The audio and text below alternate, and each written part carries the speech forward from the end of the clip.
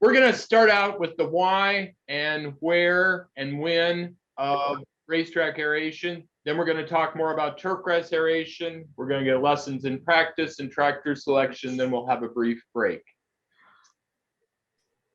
I'm going to now bring Jim Pendergast in. Some of you may know of Jim.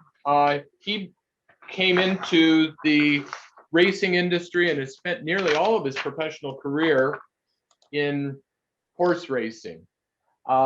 Like most people in horse racing, he was pretty much focused on dirt tracks until relatively recently. However, he's now, after taking over and being one of the key players in the synthetic racetrack development, he a couple of years ago took over leading the team that's responsible for all of the surfaces at Keeneland. So that gave him responsibility for one of the premier turf racetracks in North America, which is kind of a trial by fire, I think is fair to say for Jim. Jim, let's start out. Maybe people don't know, when was the turf installed at Keeneland and what type of grass was used and what is used now? Is it still the same turf species that was used initially? It was built in 1983, and it was basically the same grass that it is now. It was Kentucky tall fescue, bluegrass, and annual ryegrass.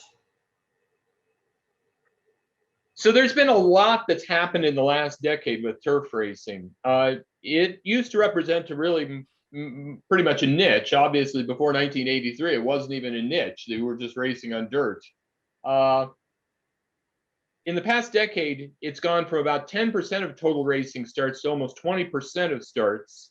And keeping in mind that that's 20% of the starts with larger fields, so that's not necessarily 20% of the races, and then not every racetrack has a turf course.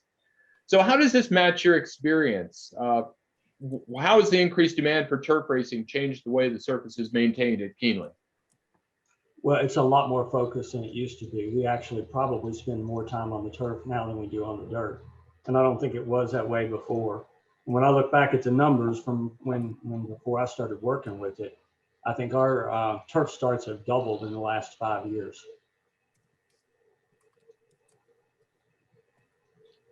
So you had a very successful turf race meet, and Breeders' Cup was also very successful, which obviously puts a lot of emphasis on turf. What are the changes you've implemented since you've been taken over with working with the turf at Keeneland on the way that the surface has been maintained in order to be able to handle this extra traffic and pressure? Well, like you said, it's been a trial by fire for us, because I think we've seen everything in that first year. Every kind of fungus that could grow on grass, we saw it. So we went through a lot of that. We're doing a lot of preventative things with the grass, as far as spraying for weeds and spraying for any kind of fungus that we might get through the summer. And then working with Dr. Rogers, we've come up with some I think, a lot better routines for how we maintain the grass. We try to mow our grass every other day, which was crazy to me when he first brought it up, but it works really well and has really improved the density of our grass and the thickness of the root structure. And now we're mowing 4 different directions. So that has helped it quite a bit. When I first came on board, they hadn't aerated the track for quite a while. So we started doing quite a bit of aeration. We'll do 4 different types of aeration. We'll do large core aeration, we'll do small core, we'll aerate with the bayonet tines, and all 3 of those procedures are done with a vertidrain. And then we use a piece of machinery called an aggravator, which the tines go underneath the surface and they vibrate under the surface. And I kind of liken it to fluffing up a pillow. When your turf gets packed down a little bit, the aggravator can go under there and it fluffs it back up, and then we roll it down to get a smooth surface with it. So Jim, I know there's also some big plans for the future. What is the new turf project at Keeneland?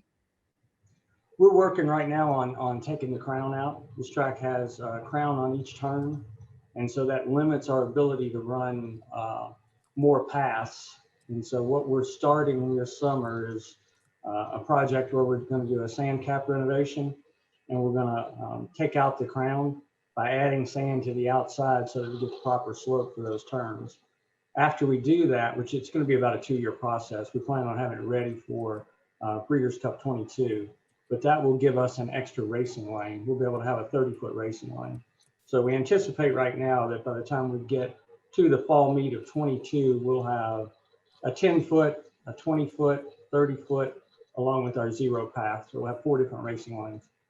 And you can see Trey has put up some pictures of where we're starting with the crown renovation, and that's adding drainage. So we're going to add 1 drain around the outside, all the way around the track, and then down the home stretch where the track goes to 90 feet, 75 feet the rest of the way around. Where it goes to 90 feet, we're adding another drain toward the outside to accommodate any moisture on the outside area. Well, that's great. Well, thank you very much, Jim. And we'll be hearing more about the things that are going on at Keeneland later on when Dr.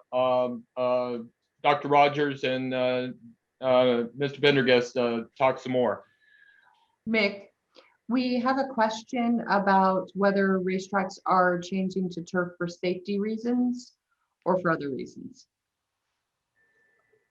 I think that's a complicated question. Turf falls, based on the equine injury database data, turf falls somewhere between synthetics and dirt on overall safety, but we know that there's a wide range of safety outcomes on different surfaces. What is clear is that the field size is large and there's a lot of demand for turf. Did you want to comment on that some more, Jim? I mean, you're on the more operational side. I'm sorry, I didn't hear the question that Karen asked.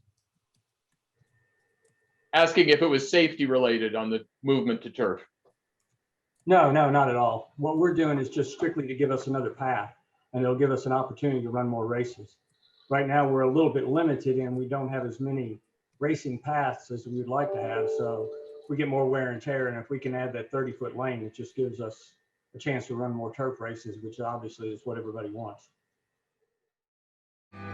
This is Karen, and this is her land. She's been here a long time, along with Mojo. The first fence post went up here. Now there's 5,000 of them. After the storm, she started the cleanup here.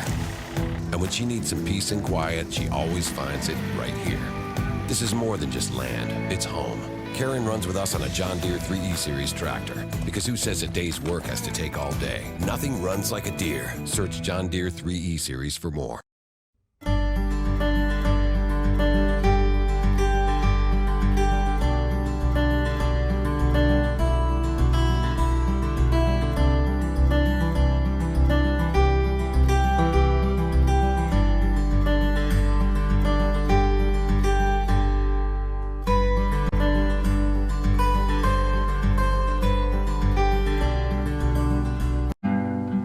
Being a teenager and in high school and middle school is not easy for girls these days. And they get to come here, spend time working around the farm, spend time with the animals, and not feel that pressure until we go to horse shows.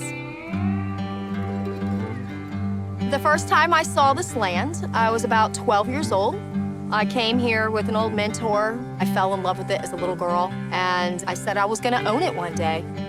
My mother, when I was 4 years old, put me on a little pony walking around the zoo. That was it for me. Love at first sight. Like any kid, when I was younger, I wanted to compete more in the Olympics and go Grand Prix and do things like that. But I put that all on the side and realized I had a different agenda in life. I've taught about 800 kids in this area. A typical day starts early in the morning with feeding the horses. Then usually we clean stalls. This is a daily chore, sometimes twice a day. I'm always on the tractor, mowing, spreading things around, you name it. This is a John Deere 3025P. I love my tractor. I couldn't live without it. I like to just relax and be left alone. I call it my husband. He's very reliable, and it doesn't argue. It's so easy to use. My 68-year-old mother has never driven anything like this before, and she was scared to death of it. And once she did, she loves it. She drives it all the time for me and helps me out around the farm. Being here in Florida, we deal with a lot of hurricanes, so it can be very stressful when we're in the path of one. That John Deere helps me so much. We go around picking up debris, moving, pushing things with the bucket. I always have an average of 50 students, so whenever there's a disaster that comes around, they're always here and they're ready to work. I call all my girls my kids. They're like part of my family, and they get scholarships for riding, and so we try to keep our sport here a little bit serious but fun. We go to the horse shows. It's great for them. Good, very nice. Teaches them a lot of sportsmanship, how to be more in charge and have more self-confidence. A little stronger on that. There. The parents tell me all the time, you are such a huge influence in our child's life. I love to share my experience with these girls and be able to steer them in a better path. Everybody always asks me, how do you keep doing this? I say, just the sheer passion of it. What am I gonna do? Get a condo on the beach somewhere? I'm happier here. I'm Karen Neese, and this is my land.